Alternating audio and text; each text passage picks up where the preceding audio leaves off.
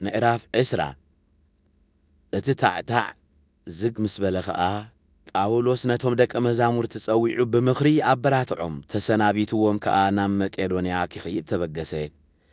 በቲ ዝሓለፉ ዓድታት ከኣ ብብዙሕ ቃል እናጸናንዖም ናብ ግሪክ ከደ።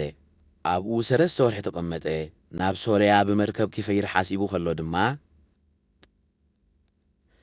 ኣይሁድ ውዲት ከም ዝገበሩሉ ምስ ፈለጠ ብመቄዶንያ ገይሩ ኺምለስ መኸረ። ክሳብ እስያ ኸኣ እኒ ሶጴጥሮስ ወዲ ጲሮስ በዓል ቤርያ፣ ኣርስጦርኮስን ሲኮንዱስን ሰብ ተሰሎንቄ፣ ጋይዮስ በዓል ደርቤን፣ ከምኡ ኸኣ ጢሞቴዎስ፣ ካብ እስያ ኸኣ ትኪቆስን ጥሮፊሞስን ኣሰነይዎ። እዚኣቶም ቅድሜና ሓሊፎም ኣብ ጢሮኣዳ ተጸበዩና። ንሕና ግና ድሕሪ በዓል ቅጫ ካብ ፊልጵስዩስ ብመርከብ ነቒልና ብ5 መዓልቲ ኣብ ጢሮኣዳ ናብኣቶም በጻሕና። ኣብኣውን 7 መዓልቲ ቀኔና። በታ ቀዳመይቲ መዓልቲ ናይ ሰሙን እንጌራ ፍምቈርስ ተኣከብና። ጳውሎስ ድማ ይሰብከሎም ነበረ። ንጽባሒቱ ኪገዩስ ስለ ዘለዎ ኸኣ ስብከቱ ክሳዕ ፍርቂ ለይቲ ኣንውሐ። ኣብቲ ተኣኪብናሉ ዝነበርና ላዕላይ ደርቢ ብዙሕ መባርህትታት ይበርህ ነበረ። ኣውጤክስ ዝስሙ ጎበዝ ኣብ መስኮት ተቐሚጡ ኸሎ ድቃስ ወሰዶ። ጳውሎስ ዘረባኡ ምስ ኣንወሐ ኸኣ ድቃስ ከቢድዎ ካብ ሳልሰይቲ ደርቢ ናብ ታሕቲ ወዲኡ ሞተ። ሬሳኡ ድማ ኣልዓልዎ። ጳውሎስ ድማ ወሪዱ ኣብ ልዕሊኡ ድንን በለሞ ሓቒፉ ኣልዓሎ። ብሕይወት እዩ ዘሎ እሞ ኣይትሰንብዱ በሎም። ናብቲ ደርቢ ደይቡ ድማ እንጌራ ቖሪሱ በልዐ። ክሳዕ ምድሪ ዝወግሕ እውን ብዙሕ ተዛረቦም እሞ ኸደ። ነቲ ወዲ ኸኣ ብሕይወቱ ስለ ዘምጽእዎ ኣዝዮም ተጸናንዑ። ንጳውሎስ ኣብ መርከብ ከነስቅሎ ስለ ዝሓሰብና ንሕና ኣቐዲምና ብመርከብ ናብ ኣሶን ከድና። ከምዚ ዝገበርና ኸኣ ጳውሎስ ክሳብ ኣሶን ብእግሪ ክኸይድ ስለ ዝመደበን ከምኡ ክንገብር ስለ ዝኣዘዘናን እዩ። ኣብ ኣሶን ምስ ተራኸብና ናብታ መርከብ ተቐበልናዮ። ናብ ሚጢሊኒን ከኣ መጻእና። ንጽባሒቱ ኸኣ ካብኣ ብመርከብ ጌርና ኣብ መንጽር ክዮስ በጻሕና። በታ ኻልኣይቲ መዓልቲ ድማ ናብ ሳሞስ ተሳገርና። ንጽባሒቱ ኸኣ ኣብ መሊጢ ኣቶና። እንተኾይኑሉስ ንበዓል 50 ኣብ ኢየሩሳሌም ኪውዕል ተሃዊኹ ስለ ዝነበረ ጳውሎስ ምእንቲ ኣብ እስያ ኸይነድንቡ ኢሉ ናብ ኤፌሶን ከይኣቱ መኸረ። ጳውሎስ ካብ መሊጢ ናብ ኤፌሶን ልኢኹ ነቶም መራሕቲ ቤተ ክርስቲያን ናብኡ ጸውዖም። ምስኡ ምስ መጹ ኸኣ ከምዚ ዝስዕበሎም ካብታ እግረይ ናብ እስያ ዝረገጽኩላ ቀዳመይቲ መዓልቲ ጀሚረ ኩሉ ግዜ ምስኻትኩም ከመይ ከም ዝነበርኩ ንስኻትኩም ትፈልጡ ኢኹም።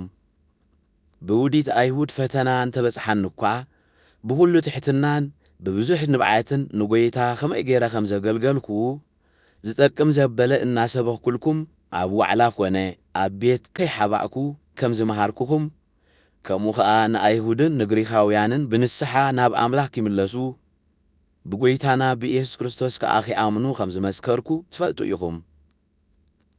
ሕጂ ድማ እንሆ ኣብ ኢየሩሳሌም እንታይ ከም ዝረኽበኒ ኸይፈለጥኩ ብመንፈስ ቅዱስ ተደሪለ ናብ ኢየሩሳሌም እኸይድ ኣለኹ።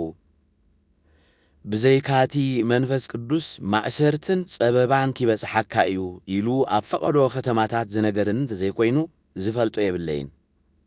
ኣነ ግና ኣገልግሎተይ ክሳዕ ዚፍጽምን እቲ ጐይታ ኢየሱስ ዝሃበኒ ዕዮ ክሳዕ ዚውድእን ንሕይወተይ ኣየናሕስየላን እየ።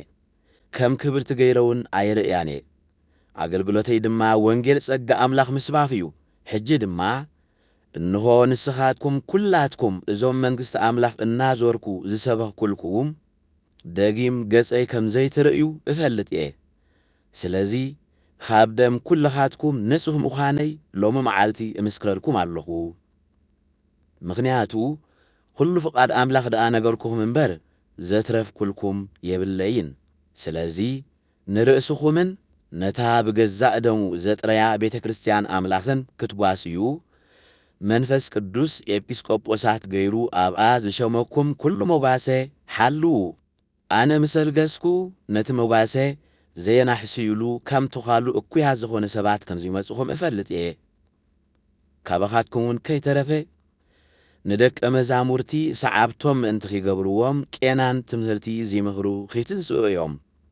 ስለዚህ 3 ዓመት ምሉእ ለይትን መዓልትን ብንብዓት ንነፍሲ ወከፍኩም ካብ ንምዓት ከም ዘየብኰርኩ እናዘከርኩም ንቕሑ።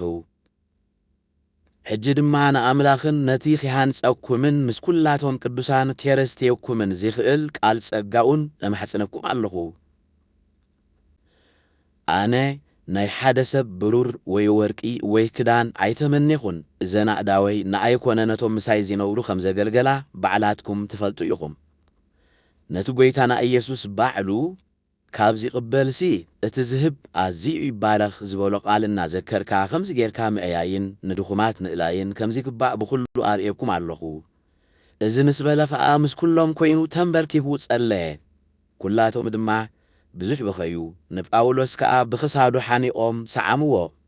ካብ ኩሉ ከዓ ስለቲ ለጊምሲ ገጸይ ኣይክትርእዩንን ኢኹም ዝበሎም ቃል ኣዝዮም ጐሃዩ። ክሳዕታ መርከብ እውን ኣፋነውዎ።